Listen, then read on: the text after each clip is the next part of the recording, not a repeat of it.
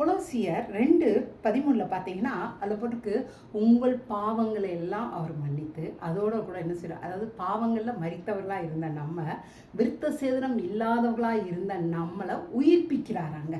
எப்படிங்க உயிர்ப்பிக்க? பாவங்களை மறிக்கும் போது நமக்கு என்ன வருதுன்னா பாவத்து நிமித்தம் வருகிற தண்டனை கூட வருது. அப்படி தானேங்க.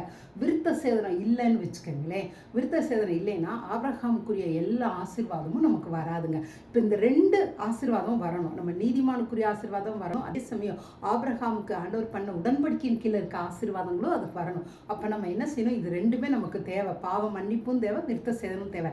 இது 2யுமே இயேசு சிலுவையில் செய்து முடிச்சாராங்க. நீங்கள் இயேசுவை விசுவாசிக்கும் போது உங்களுடைய பாவங்களை எல்லாம் மன்னித்து, அதே சமயம் அவரோட நம்ம விருத்த சேதனம் பெற்றவர்களா அவர் ஆவிக்குரிய விருத்த சேதனத்தை அவர் நமக்கு கொடுத்து அவருடைய பிள்ளையாக மாற்றி நீதிமானுக்குரிய ஆசீர்வாதத்தையும் விருத்த சேதனத்துக்குரிய, அதாவது ஆபிரகாமோட பண்ணின அந்த உடன்படிக்கைக்குரிய ஆசீர்வாதங்களையும் சிலுவையின் மூலமாக நமக்கு தர்றாராங்க. தேங்க்யூங்க. காட் பிளஸ் யூங்க.